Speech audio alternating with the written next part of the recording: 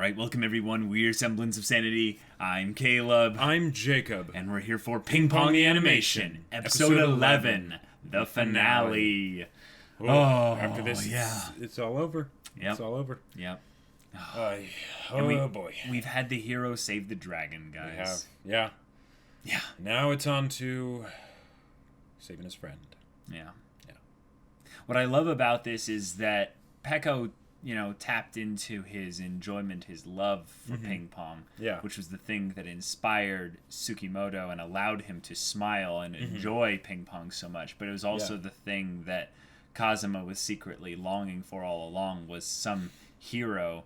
Yep. And kind of in classic kind of archetypal, storytelling, the hero generally slays the dragon, but in this case, the hero saved the dragon. He slayed the dragon with friendship. Yeah, and passion and love and just wholesomeness. Yep. So, Yep. guys, this is fantastic. I can't say enough how much I'm getting on kind of a rewatch bit with editing this show. Yeah, I can imagine. Because there's so many things I'm realizing we're missing just on the first watch. So, Jacob, you and I are going to have a fun time rewatching this show whenever we go to do that in its entirety. So yeah, guys, looking forward to this finale, but also got a lot of trepidation about the whole knee situation for Peko. So yeah, without further ado, let's get into it.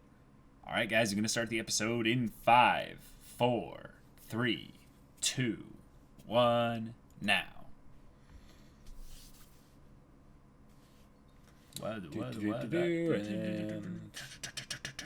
Right there.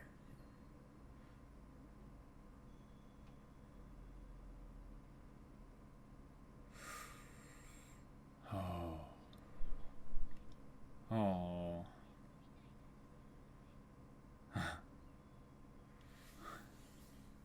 Flying.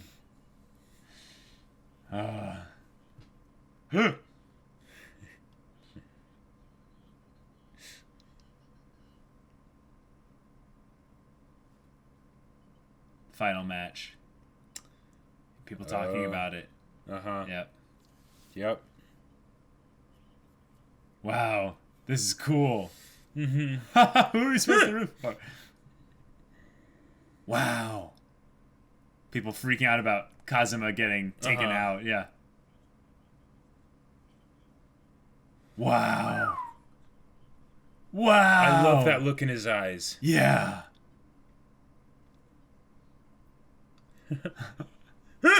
Hey, Sakuma with his team, yeah. He's styling. Oh, cool.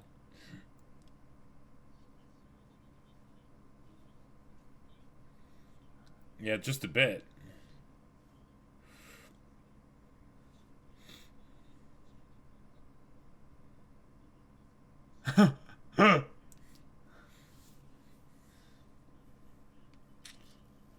Oh, man.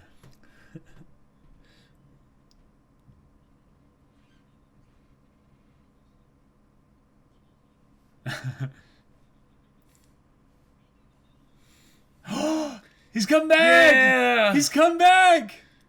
Yeah! He's like, what? Uh-huh. Yep. Oh. My finger! He's still trying to get the red jersey.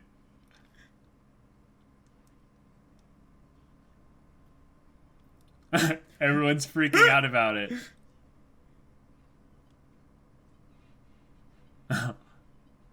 This is really interesting. It's like a rapid fire just dousing of information as we wait for the match that might happen. I hope it has nothing to do with Peko's injury. Oh boy. Yeah. Who is? Yeah. Both of them. Yes. That's right. Mr. Tsukimoto.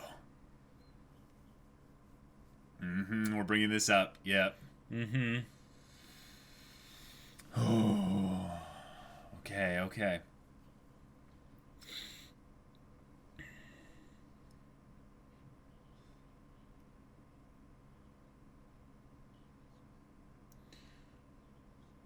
Wow.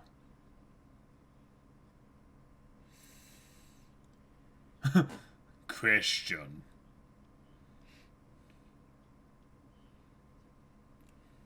Wow. Whoa. But is that denial or is that just faith in his friend, you know? Right. He left the game behind. Mm-hmm. Oh, I'm gonna cry. I can just tell. Where's Hoshino? Yeah.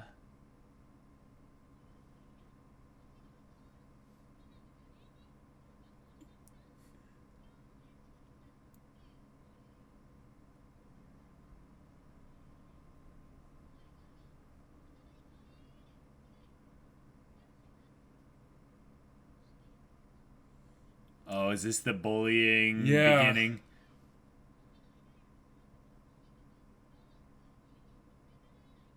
Oh!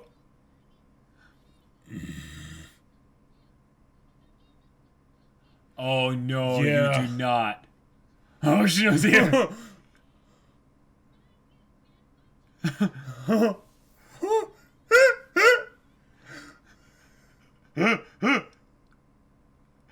Way to go. Oh, dang, he got hurt a little bit. Yeah. Okay, I get it.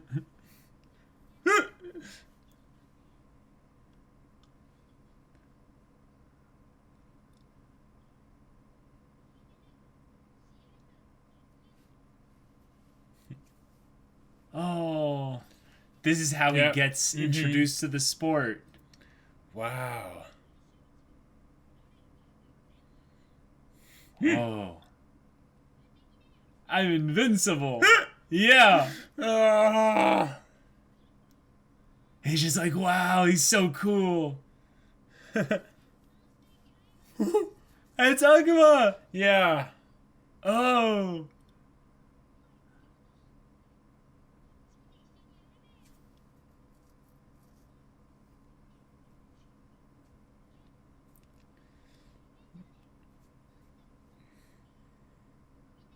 Oh.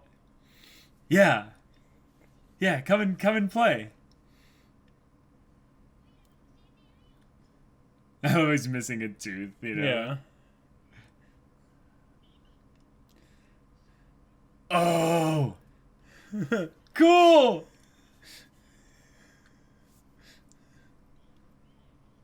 Oh! Yes! Yeah. With the opening!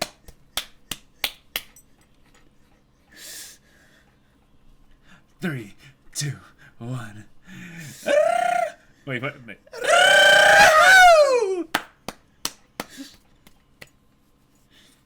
Wait, so is the opening actually the match between Peko and Tsukimoto? Could be. Oh my god. I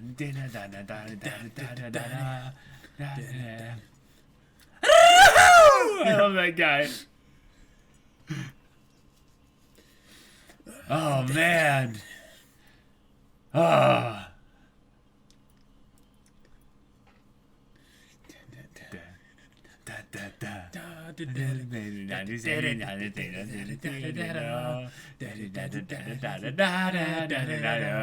Oh, that's the shot. Yeah, yeah. Oh man. And they're gonna fly. Yeah. Oh. Oh man. I was sprinting the whole way here. Yeah. Yeah. Oh.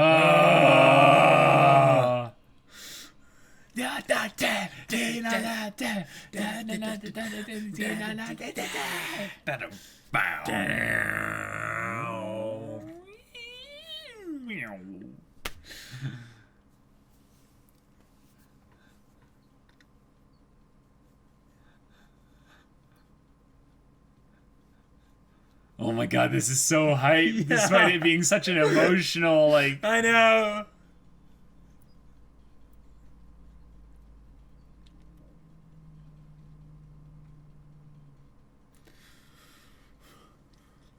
Oh my god. This is amazing. Oh. This music is amazing. Yeah.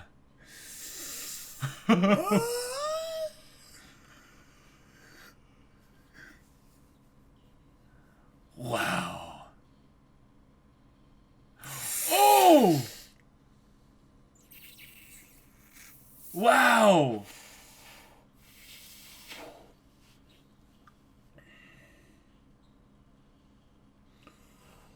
Woo!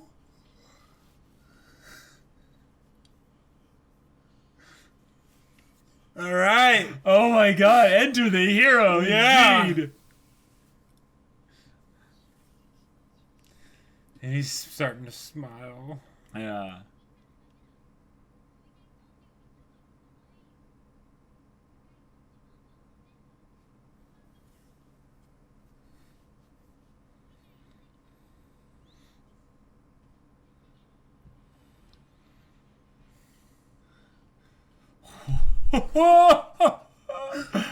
Oh yeah, yeah. No.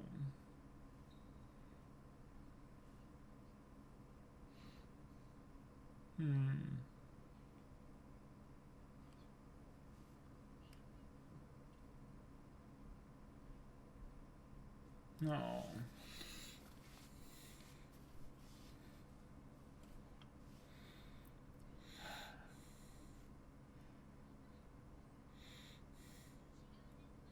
Yeah. Yeah.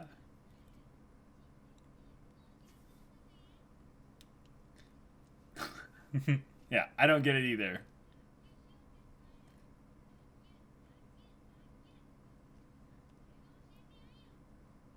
Oh.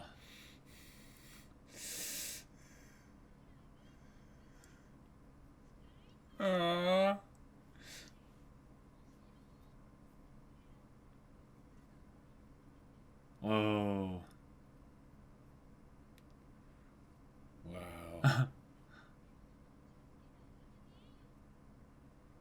That's cool. They're just like finding all this Yeah. Yeah. cuz you're not a robot. Yeah.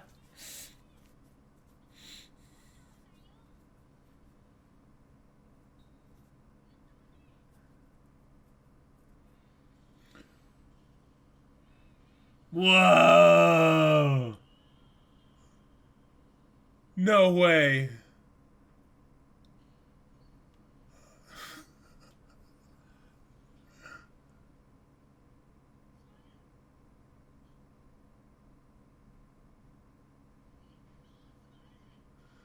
Oh. Oh! Holy crap! This is Look how much amazing. fun they're having! Yeah. Oh my god! Wow! Oh. Whoa! I am loving the shifting camera angles. Yeah. Like, ugh. Like, surprisingly, I'm not dizzy by it at all. Uh-huh. I can Yeah. follow it. It's so fluid. Look at that smile. Yeah. Oh. Nice. Nice. Yeah.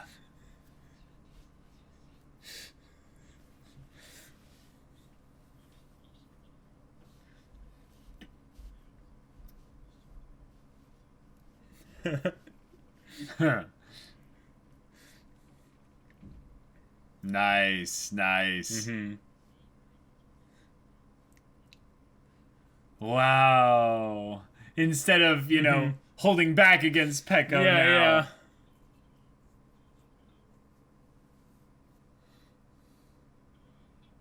Yeah, Obama, you are amazing. Oh my god. Yes. Oh. Yes.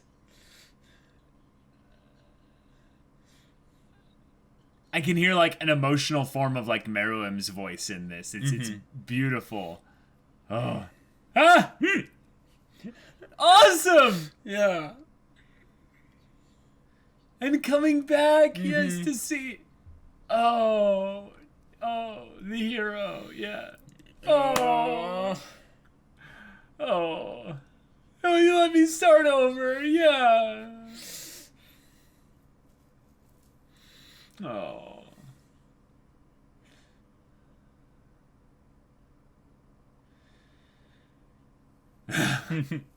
Yeah.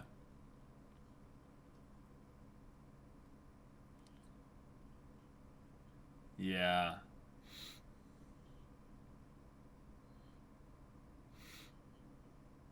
Crap.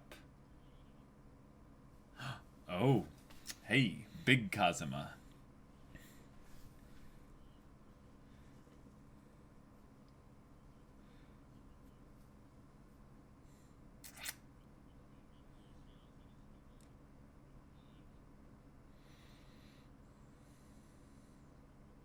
Wow.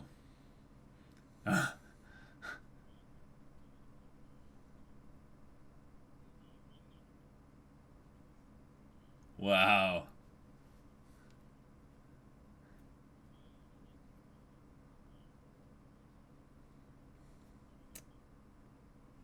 Oh.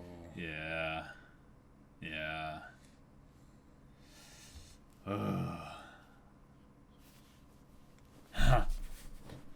He's like, really?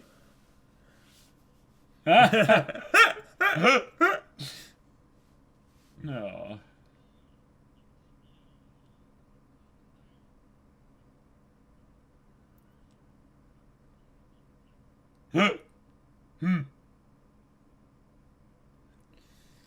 Nice. Cool. Oh. Yeah. Now I want to show about the three of them. Like.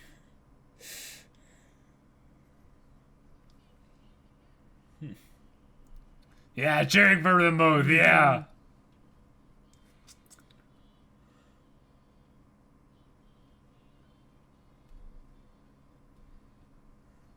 Oh, on an original song. This is great. I love how it shows them as kids. Yeah. Oh.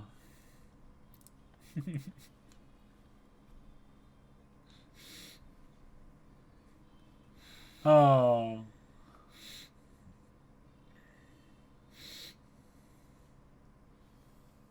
Whoa. Whoa. Dang. It's everyone. Yeah.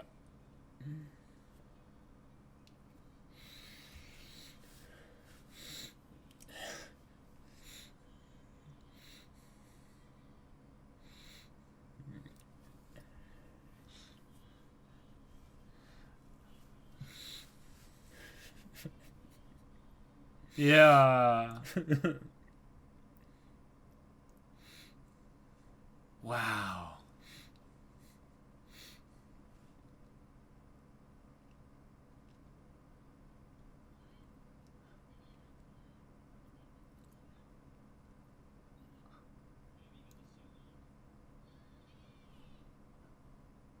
They're older. This is. Wait. They just skip. Wait. Yeah, because it doesn't matter who won. At first I thought that was Kong. Kazuma! Hey!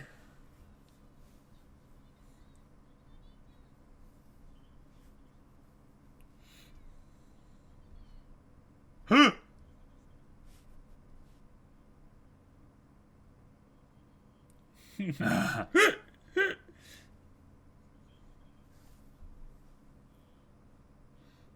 Huh? Huh? I really thought that was Kong at first.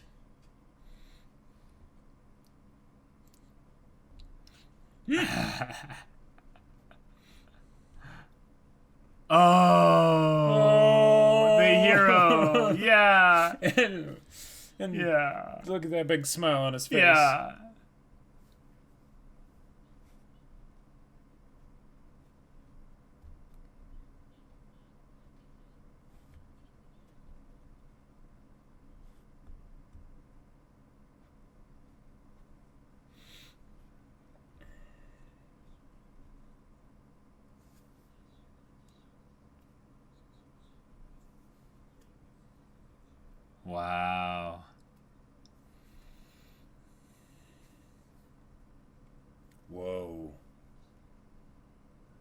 Dang. Ah! Flies away with it. That's hilarious. Littering. Whoa.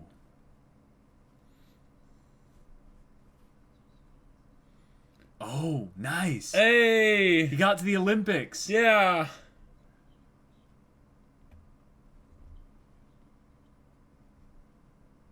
Wow.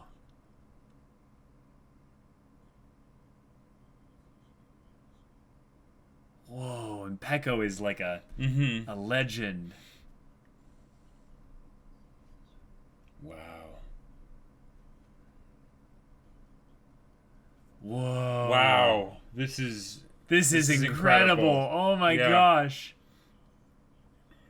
And it's gonna be Kong and Pecco. Watch. Wait, Watch. that would be so amazing. Watch. I would love that so much. Yes! Yeah. Yeah, and he said he was going to beat China. Yeah. Haha.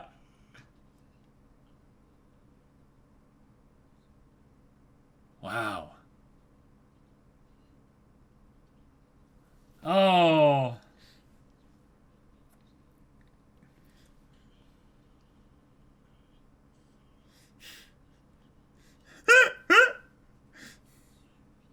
Yeah. Hey. Yeah. Oh, true.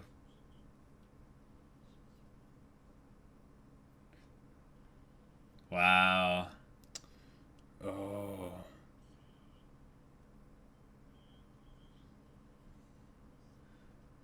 Who knows? Did you make a mistake?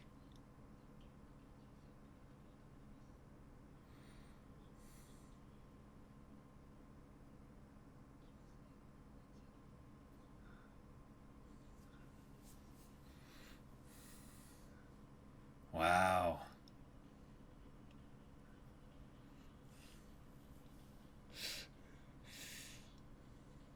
Oh! Okay. Wow! Wow!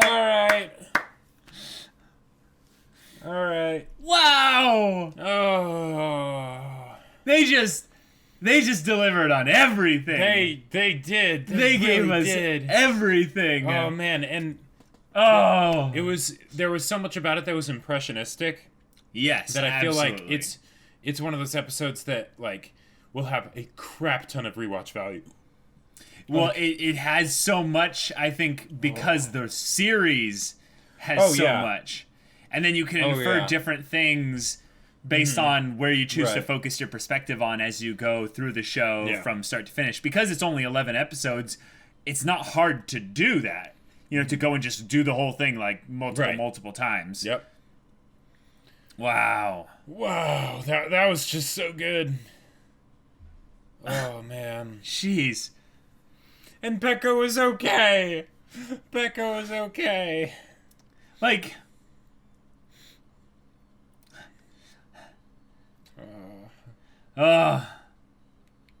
like, I'm guessing what we can infer from that is that he was in trouble. Like, that was a serious issue for his knee to have issues at that age, you know. Uh-huh. But he was taken to the hospital probably quickly after that. Mm-hmm. You know, he probably took a break for a little bit. Yeah. But yeah. Oh. Ooh, wow. What a finish. Wow. Like, I'm so happy with the way this ended. It ended so well. Like they gosh. ended it perfectly. The funny thing is that, like, as I think you said, like at some point along us watching the credits, was there's so much of this that was impressionistic that allows for so much rewatch value. Yeah. But I think one of the biggest things that they did about this was they decided to touch on as many things as they could and as many characters as they could. They really did, yeah. To basically say, yes, we understand that the arcs for every character have ended except for Tsukimoto and Pecco's, because theirs had to come full circle with them, you know, in the tournament, but the actual the game. idea that there's more to it than that. But it's tied to their origins, something that we've only had partial perspective on this whole time. And, because if you think about it, in this episode, not only did they have the actual match, which was gorgeously animated, like the motion, holy crap, it was so fluid. It was one of the most just delightful things I have seen. Like, it really made a ping pong match just be intense and insane and incredible, and I was just I couldn't take my eyes off it, right? Yeah. But then they also did backstory more, for multiple people and groups of people and stuff. And then they also did a flash forward to, where are they now, right? Yeah. And that, that's the kind of thing that you hope to get out of long-running shows because you become so invested in the characters. Right. But in this show, it's been 11 episodes, and we've become so invested in all these characters that they know they need to do this. So the actual efficiency of the visual storytelling was just off the charts here. There was so much about this, like you said, it was impressionistic, things that you could get multiple perspectives on, and you probably get just more insight in general just from rewatching it. Yeah. But the thing that I took away from this is really cool is that Smile, Tsukimoto, his entire character, his entire purpose within this story, within these 11 episodes of story, was instigated by his relationship and by Pekko's relationship with him. Yes. So here's where this is crazy. A lot of stories. Can you stop that for a second? Okay. A lot of stories will give agency to the main character alone, and then when they do the dual main character thing, they each kind of give them their own kind of common goal. Sure. Okay. Like they give the two of them basically essentially they're two aspects of kind of the same goal-focused plot device. With this, we have Pekko, who is the one with the shining beacon of vision and goal, essentially. And Tsukimoto saw that as a kid and basically lit up because of it. And his whole nickname, Smile, came because of that. His whole ability to smile despite all the bullying and people calling him a robot and stuff came because of that. In some ways, he was saved by the hero a long time ago. Oh, yeah. And since then, what ended up happening was they decided to take the main character, Pekko, in this case.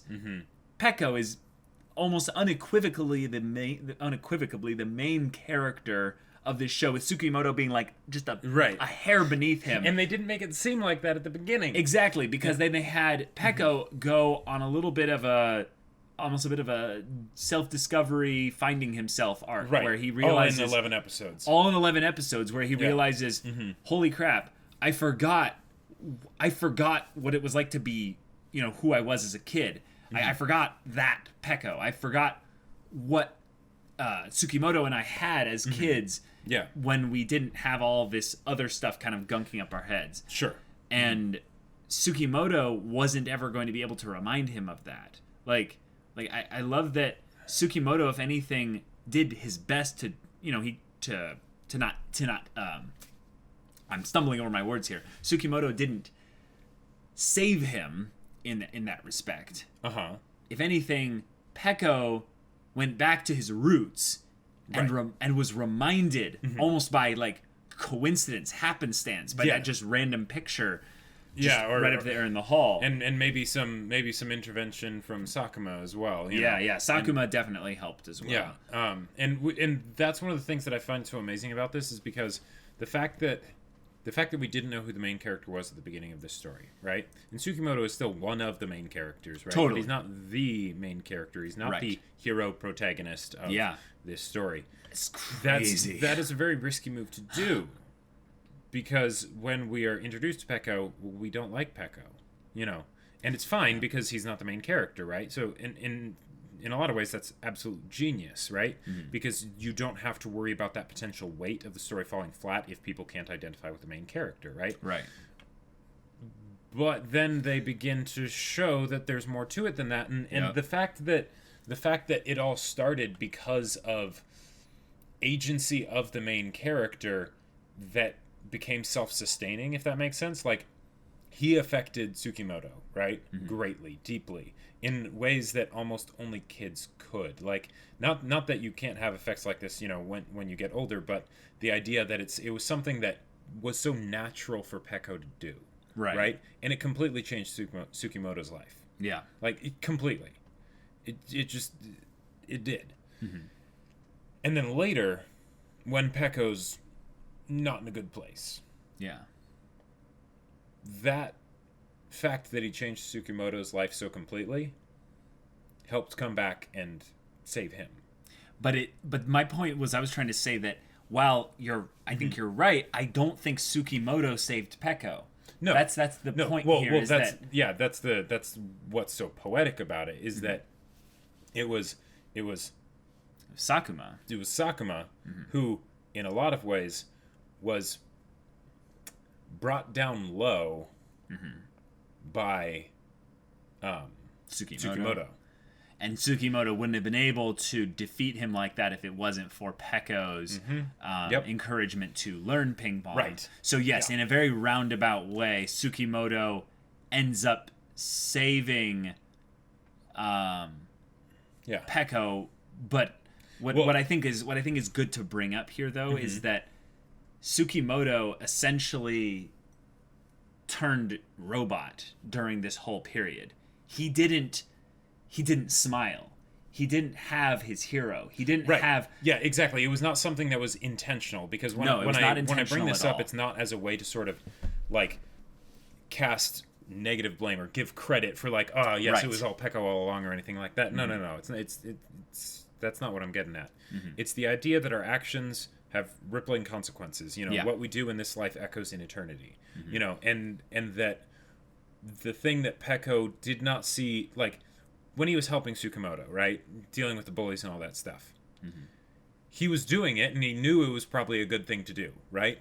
But I'm sure that he did not know just how much of an impact it was going to have. Of course not. Right?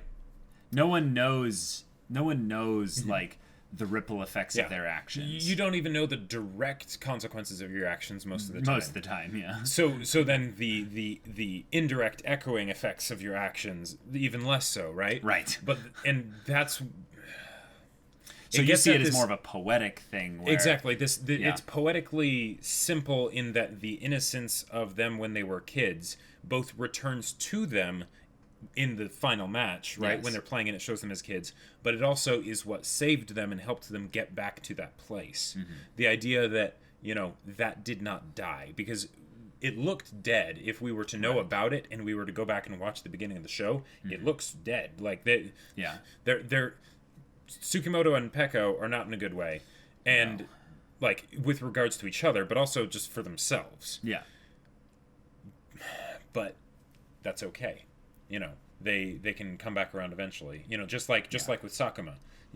He before rescuing Peko, he hit a low place, right? But that wasn't the end. Yeah. And when they lose, because this show's all about people losing and their dreams being crushed and all that stuff. Yeah. But that's not the end. Right. Kong ended up being able to turn things around. Peko ended up going to be able to take on China. Kazuma, he found his own way in the world. And Tsukimoto, even though he practiced that hard and he didn't win and all that stuff, he ended up losing and all that. Yeah. He ended up finding something that made life not just waiting until he was going to die. Yeah. Do you want to hear a cool theory I have about, like, why two of them are in the professionals and why two of them aren't anymore or aren't just currently? So which two of them ended up finding their passion in ping pong before the whole story here? Like, they had it before. The ones that are in this, Kong and Peko. Kazuma found his in the story, and he found his through Peko. Yeah. Tsukimoto also found it through Peko. Yeah. Tsukimoto found it through Peko. So what and Koizumi, I guess, too. Yeah. But I don't think it was actually Koizumi. Right. He just helped. Stoke it back up. Breathe some more life into it. Yeah. One of the things that I think might be a little bit of a somber and very mature perspective on this ending is that Kazuma and Tsukimoto were never going to go pro for they weren't going to go the distance. Now, now the reason why I think it's not really a perfect cut theory is because Kazuma was in the Olympics at some point. He was going the distance, like he was actively doing it. Right. Yeah. But I think also in some way they both had kind of a check at some point. And they realized that they were playing ping pong for others and not for themselves. Yeah. And who were Kong and Peko playing ping pong for? For themselves. For themselves. Yeah. Now, you could say that Kong might have been playing specifically because of, wanting to get back to his mother and stuff. But I think that was a direct result as to him losing a match, not as to why he started playing ping pong. Right. Kazuma, when he started playing ping pong, there was some rough stuff going on back there. That was not a And it's not the end. It's not the end just because he's out of, the Olympic team and stuff like that. Oh yeah, yeah. Yeah. Right. That all that wasn't a mistake, Kazuma. I like that he asks that because that tells you where his headspace is at in just such a short amount of time that he has doubts. Right. He has doubts. Yep. But I like also that we have to contrast that. We have someone like Tsukimoto who could have been better than Peko. Like, who could have become better than Peko. Because if you think about it, Peko taught Tsukimoto. Tsukimoto picked it up and became, in some ways, near the beginning of the series, beginning of this show, like in some ways better than Peko. Like, well, just definitely where Peko was at right there, yeah. Yeah.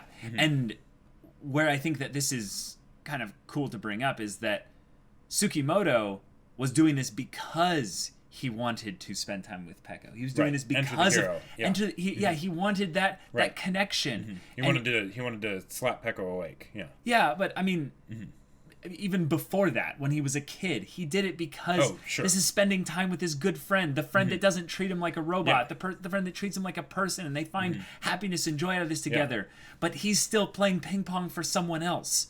Right. So carrying that over into adulthood and stuff, that's why once Peko goes out of the equation, he has no passion or joy for ping pong. He's just mechanically doing it, almost in some ways, in preparation for when the hero does come back, because the hero always appears. The hero always shows up. Right. So that he'll be ready for that time. Now, he might have doubted it in the moment, and they didn't go as in depth into the feelings and thoughts of Tsukimoto when Peko was out of whack and stuff. Because it's the beginning of the story, and they're keeping things mysterious and stuff, so, because they're still introducing the characters and getting them characterized and developed and all that stuff. Absolutely. So I just would love to go back and rewatch the show with trying to look to see if there's anything that correlates to that, or stuff that contradicts that, because I think there's something huge there in that Peko saves so many different people in this show, and I think that the ones he doesn't save are the ones that I would love to figure out kind of a little bit about them, because I would say Sakuma is one of them. But you could say also Peko didn't save?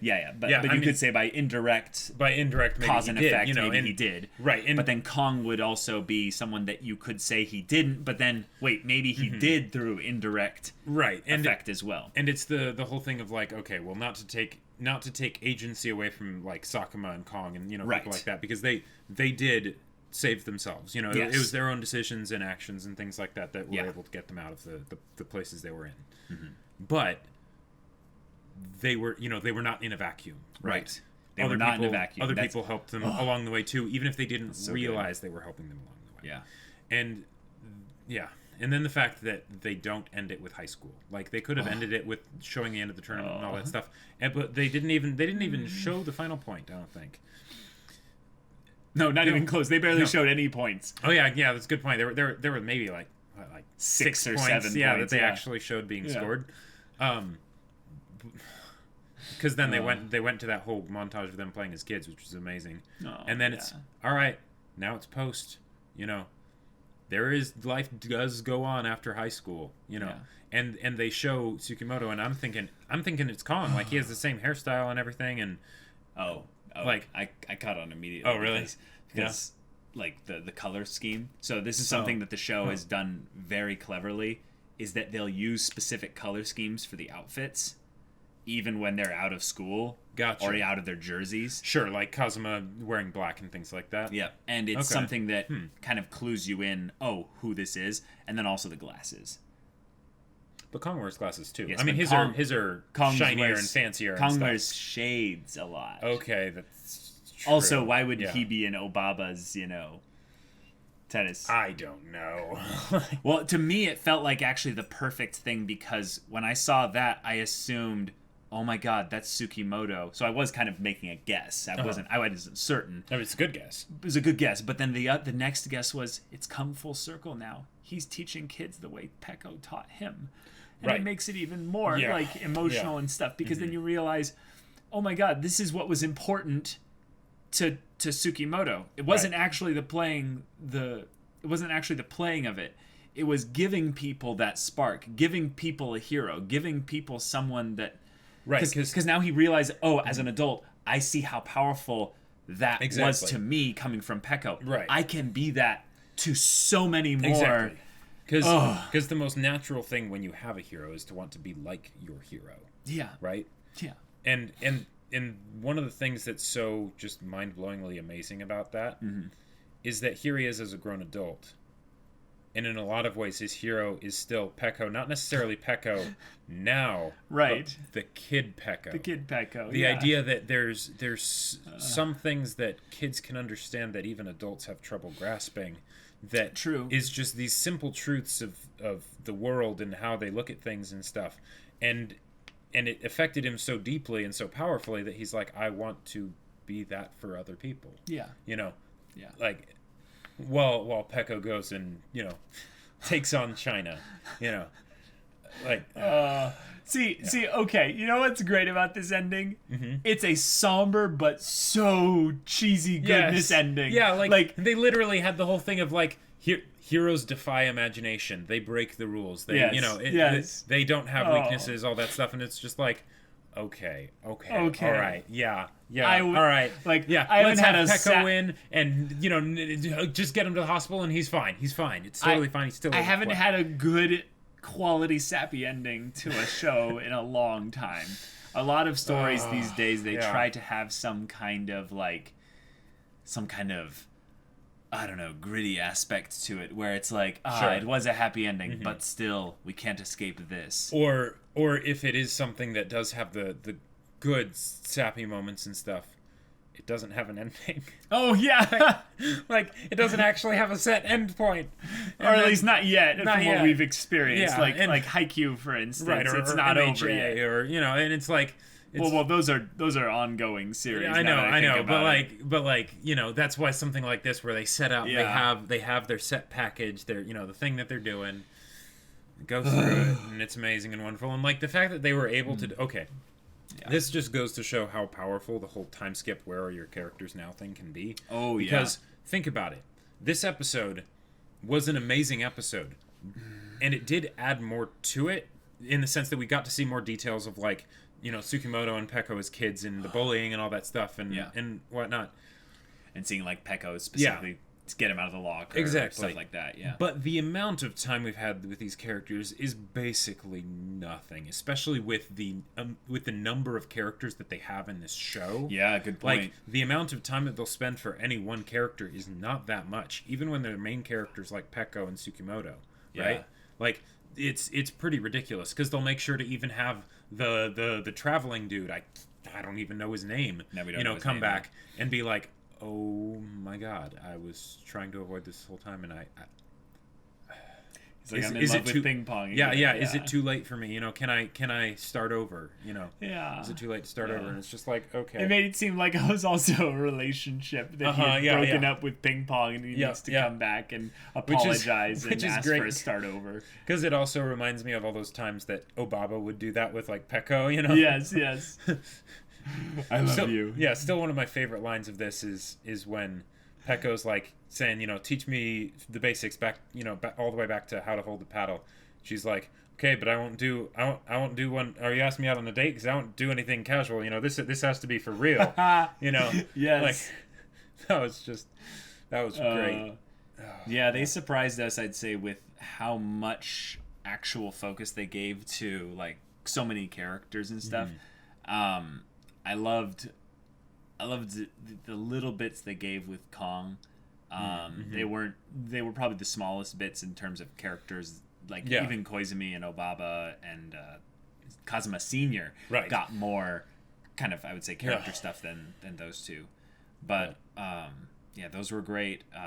The older folks having their little moment of kind of trading some jabs at each other. Yeah. But that also flashback shot, that little flashback shot, and realizing that no, they can still bond over their passion for this. And this is something that I think I'm going to take just into the real world, like almost 1-to-1, like literally, is if you want to build a connection with someone, either bond over something, or like encourage some kind of passionate participation of some kind of mutually shared kind of thing or activity or what have you. Because I feel like conversation outside of the context of something like that is a much harder and tougher way to do that. But then also to realize the potential for connection and relationship with those people you are experiencing this activity with together, where you already share the passionate, energy of it. So an example would be, in the anime community, those that really love discussing stories and stuff. Sure. Don't miss out on the opportunity for some great friendships and relationships there, because that's something that is just being presented to you almost. Like it's something that I think we can all look at someone like Peko and realize why he's a hero is not just because he saved him from the bullies. No, that was, Well, it's because he encouraged Tsukimoto enough to where Tsukimoto, someone who didn't have something that they could latch onto with their passion. Right, he saved Tsukimoto's heart. He saved Tsukimoto's heart. Exactly. Yeah. So an example would be is, let's say you see someone who, just, or maybe they just tell you, they're like, I don't really have any passions. It's like, oh, would you like one? Come do this with me. Come do this with me. And, they might say no. They might not be interested or whatever. And it might not be something that becomes some huge passion like, absolutely. Ping Pong was with Tsukimoto, you know, that's fine. Yeah, not everything is going to end up exactly like this. Right. This is anime after all. Yeah, but why not? But why not give it a shot? Why not ask? Yeah. Why not put yourself out there? Because I feel like those are the kinds of things where people that give you a passion will end up being your hero. Yes. Whether you want them to be or not. Right. Whether it's the chicken and egg thing or the egg and the chicken, who knows? I don't know. I would say it's the passage of time. It's that you end up in a situation like older Tsukimoto and Kazuma here, where they look back on it and they go, "Holy crap! That guy was my hero." Yeah. Well, and the crazy thing is that how long did they actually know each other? I mean, really, how much did they interact over the course of this show? Almost none. Yeah. Now Kazuma did pay a lot more attention to Tsukimoto than even his teammates. Yeah. But that being said, it still wasn't much time at all. Yeah. Right? And yet it had such a strong impact on them that even afterwards, right? They're all grown up doing their own things and stuff. And they are still they hang out. Right? Yeah. Tsukimoto and Kazuma, people that never even got to play in a... Did they ever even get to play in a match with each other? No, I don't think so. No, because Tsukimoto lost to Kong intentionally. Yeah. And then Peko beat Kazuma. Right. And there you go. Yeah. They never actually played in a match together. Yeah. Crazy, isn't it? Crazy. And here's the thing. With the whole thing with Tsukimoto and Peko, it wasn't the ping pong. It absolutely was not the ping pong. Yeah. And it wasn't the pulling him out of the locker either. That was very important, right? Oh, very important. Very important. Huge. Oh, my God. Yeah. Right? But what I think was the thing that made Peko be his hero, in addition to the literal sense of the word of all the times that he would fight off the bullies and stuff, that's just fantastic. Yep. But it was the fact that he treated Tsukamoto like a normal person. Yeah. He hung out with him, right? It wasn't the fact that, like, the whole thing of him teaching him to play ping pong wasn't the fact that he was teaching him to play this passionate thing that he was, or this to play this game that he was passionate about, right? It wasn't. It wasn't about that specifically. Right. That wasn't the hero bit. That was just them establishing a connection and a friendship. Right. You know. But it was the hero bit. The hero bit was essentially that connection that they were establishing. Is what I'm saying. It's the fact that he was treating Tsukimoto just like a person, not like a robot, right? Mm-hmm. You know, they did all the stuff with the flashlight and the hands and everything, and all of blood that. Tastes like iron. Like that was something I didn't immediately clue into, and I think you love that did, line, yeah. Because I was like, wait a minute, I don't get it, and then I saw the It's the blood tastes like iron, you know, tastes like strength, tastes like a robot almost, you know, potentially, but very different things. Or just to show that you bleed. You aren't a robot. Exactly. Like, you don't have to believe what they say. Because... Yep. Yeah. Like, And... Like, okay, here's the thing. This is totally an underdog story. But the thing is I think it's a subtle underdog story. You realize that, like, everyone is, in a way, their own underdog. Yeah. You realize, like, every single character gets brought through the stereotypical tropes of what would make them an underdog in a specific facet. Yep. Kazuma has his whole family stuff. He cries in the bathroom alone because that's what had been imprinted on him as a kid. Don't show your weakness. Weakness is death. Then you have Peko, who essentially goes through the whole thing of having the defeat that throws him off of everything, and he spirals into his own self-negative thoughts and, you know, deprecating talk and all that. Yeah. And then rises back up. Then you have Tsukimoto, who starts off bullied, who starts off being just ridiculed and treated like garbage by people. And then this hero comes in and lifts him up out of it and says, no, you can find more out of that. But then, even then, his hero loses his way. And I was like, wait, Tsukimoto what am I even... his way too. Yeah, because of that. I was like, why am I even doing this? There's something so... even Kong and Sakuma are underdogs in their own way as well. Yep. And I love that this story doesn't care just about the main character. In some ways, they even subvert what a main character means just by telling this story. Yep. I gotta say, like, you know... We haven't even talked at all about the visuals and just the incredible things that they did with just shoving so much good, dense visual storytelling into this episode that, like, this story alone, outside of the presentation, the music, all this other great stuff, is masterpiece level. It really is. And it it blows me away that I can get so invested in a show after such a short amount of time. Yeah. And that they could take the characters and the story on arcs that I never would have expected. Arcs! And, like, arcs. Multiple Actual arcs. Multiple arcs per person.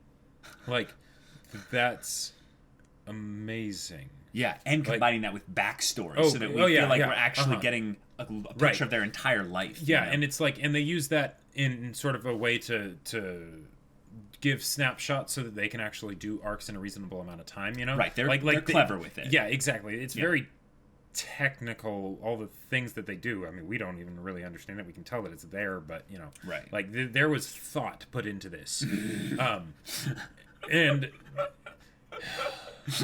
And I absolutely take my hat off to the people that made this show.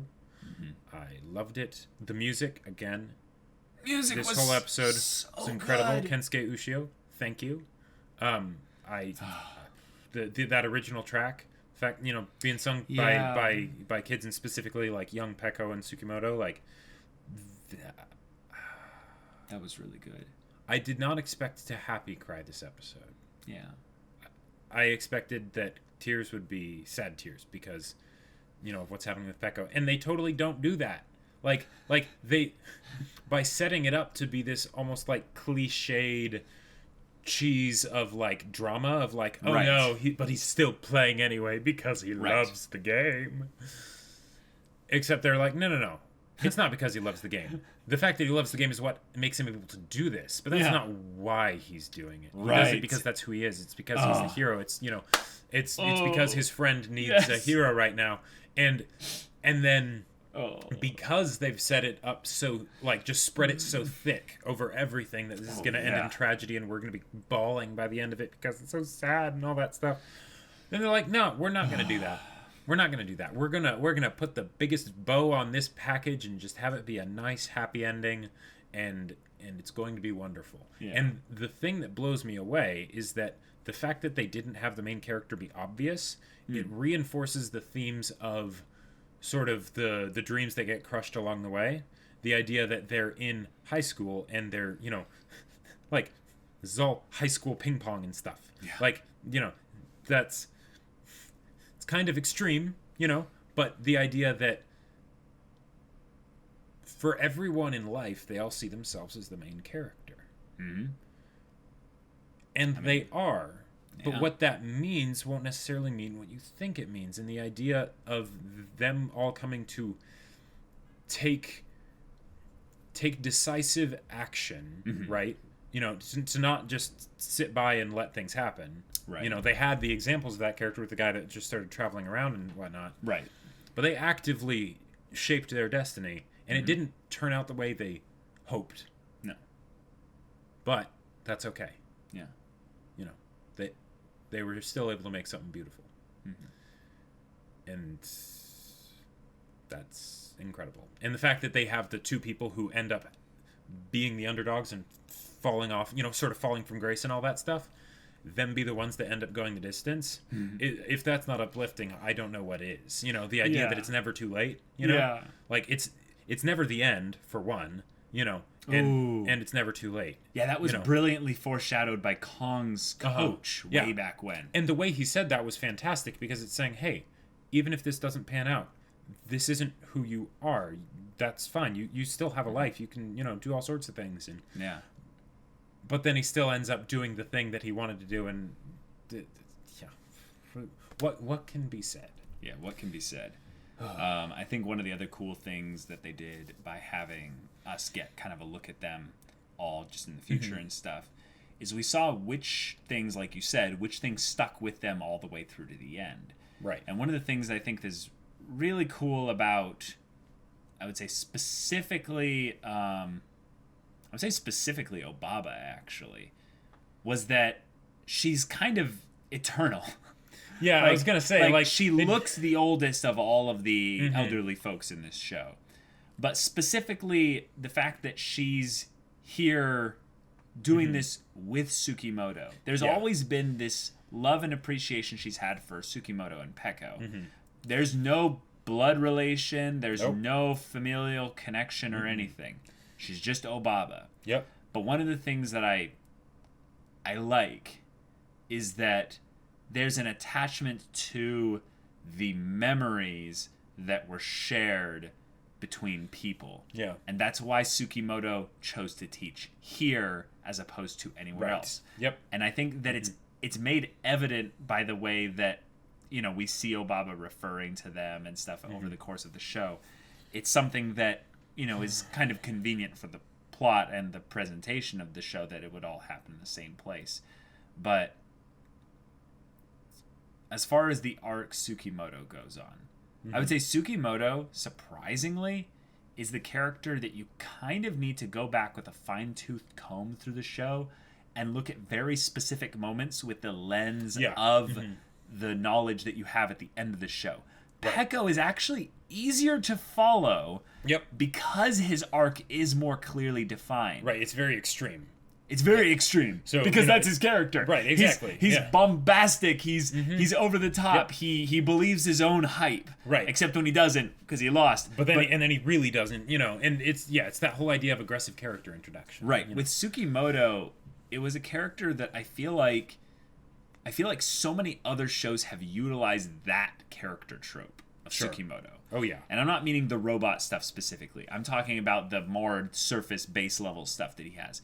The quiet type that's a prodigy of a specific thing. Yep. No one understands them. They have no friends except for that one person that is very important to the plot and all of that stuff. Although here, they were very progressive. They gave this character dark hair.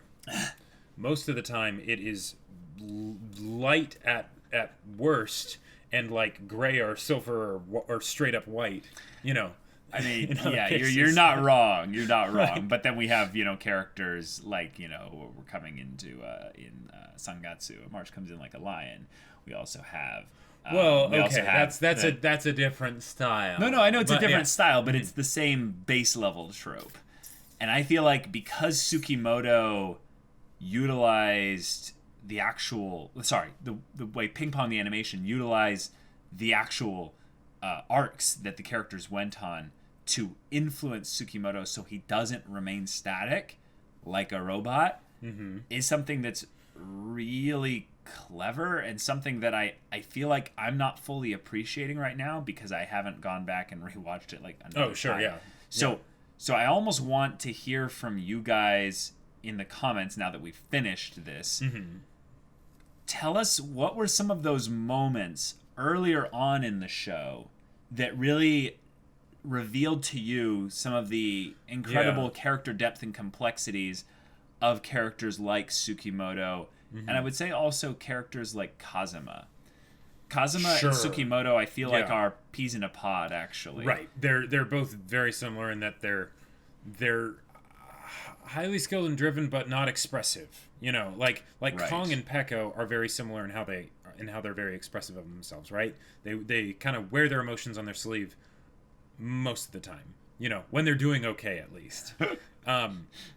Whereas with Kazuma and Tsukimoto, I think Kazuma and Tsukimoto had the childhood trauma. Yeah, they were never doing good is kind of the thing. And they utilized Ping Pong as their channel into that and finding a way that they can feel a sense of wholeness and purpose and maybe positivity as well. Not necessarily something that would just innately bring out the smile, which is why I liked that when Peko and Kazuma had their final match, or their match. Kazuma smiles at the end in the middle of his monologue, and his team notices. And then in the match between Peko and Tsukimoto smiles. And there's so much to be said there. I love like you said, also the commentary guy from the beach who comes in and he's like, I love Ping Pong again. Watching someone else enjoy something so much like that. There's this connection that can be made that I don't fully understand, where you feel the feelings that they are feeling, but you actually believe because they're real, because the feelings become evident in yourself. Here's an example. When I'm editing this show, there have been moments, or just any of our shows, there have been moments where I see the smiles coming on our faces so strong. That you end up I cannot help but smile with it. It's this mirroring. I don't know. I don't think it's mirroring also because I feel like these people in the stands are so far removed from it. They can see just by the motions because they understand the language of Ping Pong, how much they enjoy it. Here's another way infectious. To think about it. Yeah. Help me out here. Living a life where you don't have anything that makes you come alive is not really living. Oof, that's a dark place to be in, right? None of us like being there. Nope. That's why there's the saying, there's the two most important days in a man's life is the day you're born and the day you figure out why. So, with things like this, where we see characters realizing their reason for being, right? We see them coming alive, life being breathed into these dead bones, and this experience that they've never really seen before, right? I feel like that's one of the reasons why these types of characters are so relatable, even though their specific circumstances aren't. Because things like what happened with Kazuma, I hope that's not relatable. But it probably is for some people. It is. It's unfortunately more than you would imagine and hope. But the idea of the person that they haven't found that thing that makes them come alive, right? They're going through the motions. They're a robot, and then something or someone comes along and changes all that. They shake them awake. Yeah. That is one of the most incredible things ever to see or to happen for yourself, either one, because you know how much your heart yearns for that, right? Cries out for it. So to see that happen, even in a fictional sense, it's powerful. It's very powerful.